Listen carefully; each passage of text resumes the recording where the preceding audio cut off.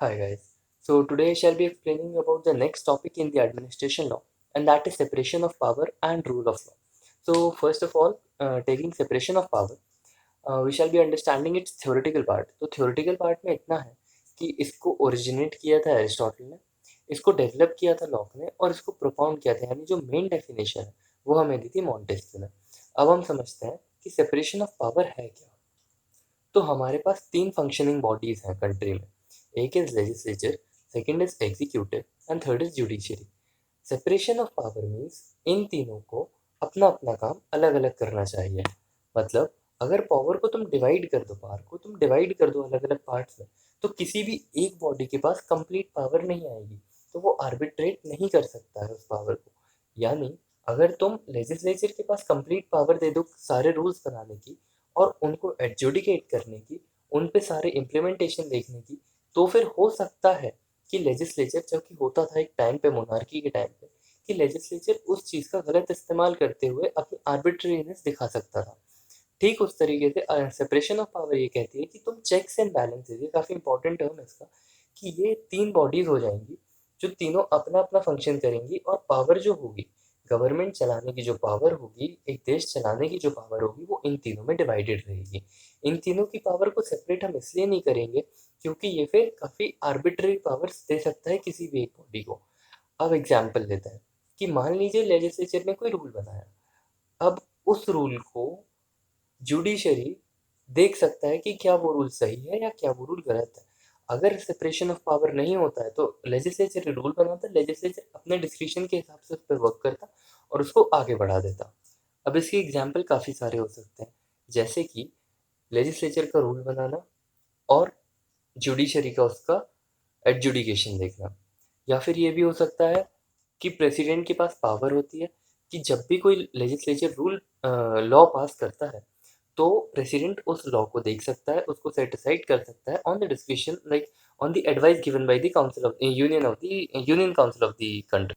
तो separation of power बस इतनी बात करता है कि जो भी पावर है हमारे पास, उसको तीन पार्ट्स में डिवाइड कर दो, ताकि वो पावर एक किसी के पास खत्म ना हो जाए आके।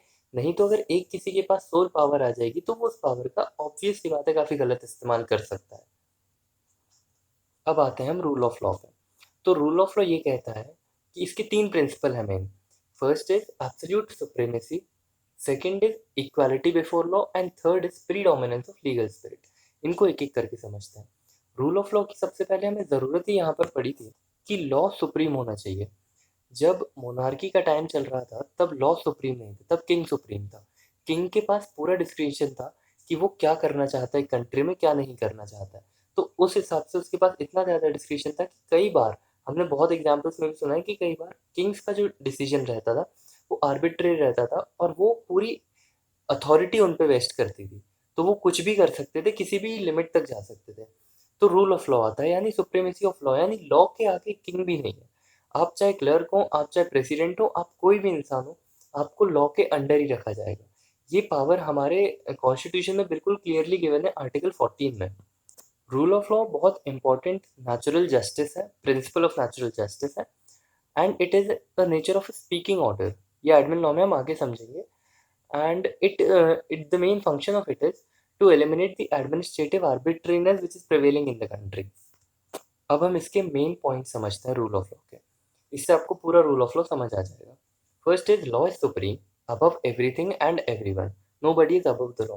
यानी चाहे क्लर्क, चाहे पीओ, चाहे किंग, चाहे प्रेसिडेंट, प्राइम मिनिस्टर, सब एक ही लॉ से गवर्न होंगे, किसी के लिए वो लॉ बदलेगा नहीं। Second is all things should be done according to law and not according to whim. यानी जो भी चीज़ें कंट्री में हो रही है, जो भी फंक्शन हो रहे हैं, वो लॉ के अकॉर्डिंग होने चाहिए, ना कि खुद खुद के डिस्क्रिप्शन के अकॉर्डिंग, खुद की whim के according. Third is no person should be made to suffer except for a distinct breach of law. यानी किसी भी पर्सन को सफ़र नहीं करना है, किसी भी पर्सन को लीगली हम बाउंड नहीं कर सकते किसी भी चीज़ के, अनलेस उसने डिस्क्रिशन अनलेस उसने कुछ लॉ का ब्रीच किया हो। Third is absence of arbitrary power being the heart and soul of the rule of law. यानी आर्बिट्ररी पावर का ख़त्म करना, ये हार्ट एंड सोल है रूल ऑफ लॉ का। फिर equality before law and equal protection of law. ये हमारे यहाँ आर्टिकल 14 बताता है कि equality before law and equal protection, सबको इक्वली लॉ प्रोटेक्ट करेगा और इक्वालिटी रखेगा। फिर discretionary power should be exercised with in reasonable limits set by law, यानी डिस्क्रिशन आप उस हद तक कर सकते हैं जिस हद तक रूल ऑफ लॉ आपको परमिट करता है, उसके आगे आप नहीं कर सकते हैं। Then adequate safeguard against executive abuse, ये हमने पिछले वीडियो में भी समझा था कि एग्जीक्यूटिव अब्यूज क्या होता है। तो एडमिनिस्ट्रेशन लॉ की मेन ब्रांच एग्जीक्यूटिव अब्यूज है, तो उस अब्यूज से बचाने का काम भी करता है, ये सेफगार्ड करता है हमें rule of law. Then independent and impartial judiciary, काफ़ी सिंपल सा पॉइंट है कि जुडिशरी जो वो इंडिपेंडेंट हो और इम्पार्शियल हो, ताकि कल को जब जुडिशरी को कोई भी लॉ देखना हो, कोई भी केस देखना हो, तो वो स्टेट के फेवर में ना डिसीजन ले जानबूझकर, या फिर खुद ने के लॉ बनाया है जिस स्टेट ने, उस स्टेट के लिए ना डिसीजन ले, सेंटर के लिए ना डिसीजन ले, एक इंडिपेंडेंट और इम्पार्शियल बॉडी हो। Then fair and just procedure, यानी जो भी प्रोसीजर फॉलो होना चाहिए वो फेयर होना चाहिए, जस्ट होना चाहिए। And speedy just, speedy trial, that means जो ट्रायल होना चाहिए उसको जल्दी होना चाहिए, डिले नहीं होना चाहिए, और ये इंडिया में काफ़ी मिसिंग है as we all know, but the judiciary is working over it.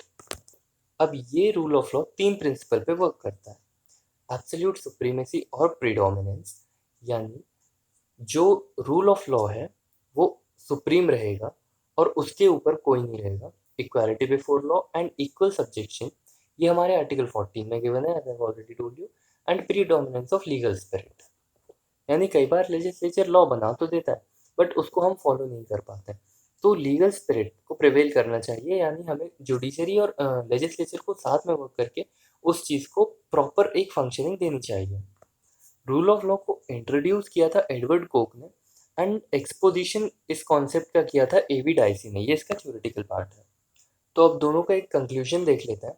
Separation of power मतलब तीनों पावर्स को ऐसे सेपरेट करना ताकि किसी के पास आर्बिट्रेरी और कंप्लीट पावर ना आ जाए, नहीं तो उसके डिसीजन आर्बिट्रेरी हो सकते हैं। और रूल ऑफ लॉ ये होता है कि जो रूल मतलब जो लॉ है वो सुप्रीम रहे, वो कभी भी उसके ऊपर कोई ना जाए, उसको कोई इन्फ्रिंज ना कर पाए। इससे हारमोनी, ये सिर्फ इनका मेन एम है कि पीस एंड हारमोनी बनाए रखना, ये दोनों इंडिया में प्रिवेल करते हैं। हमारे में भी तीनों बॉडीज अलग है, लेजिस्लेचर अलग है, एग्जीक्यूटिव अलग है और जुडिशरी अलग है। This is separation of power, that the power is divided between these 3 bodies. And rule of law भी हमारे एग्जिस्ट करता है, बी इट आर्टिकल 14, बहुत सारे डीपीएसपीज में और हर जगह पर रूल ऑफ लॉ होता है कि जो रूल है उसके सुप्रीम कोई नहीं जाएगा। So that is all about this video. This is Sarvagya Jain from Team Legality Viability, and keep supporting us, guys. And feel free to give us the feedback. Thank you so much.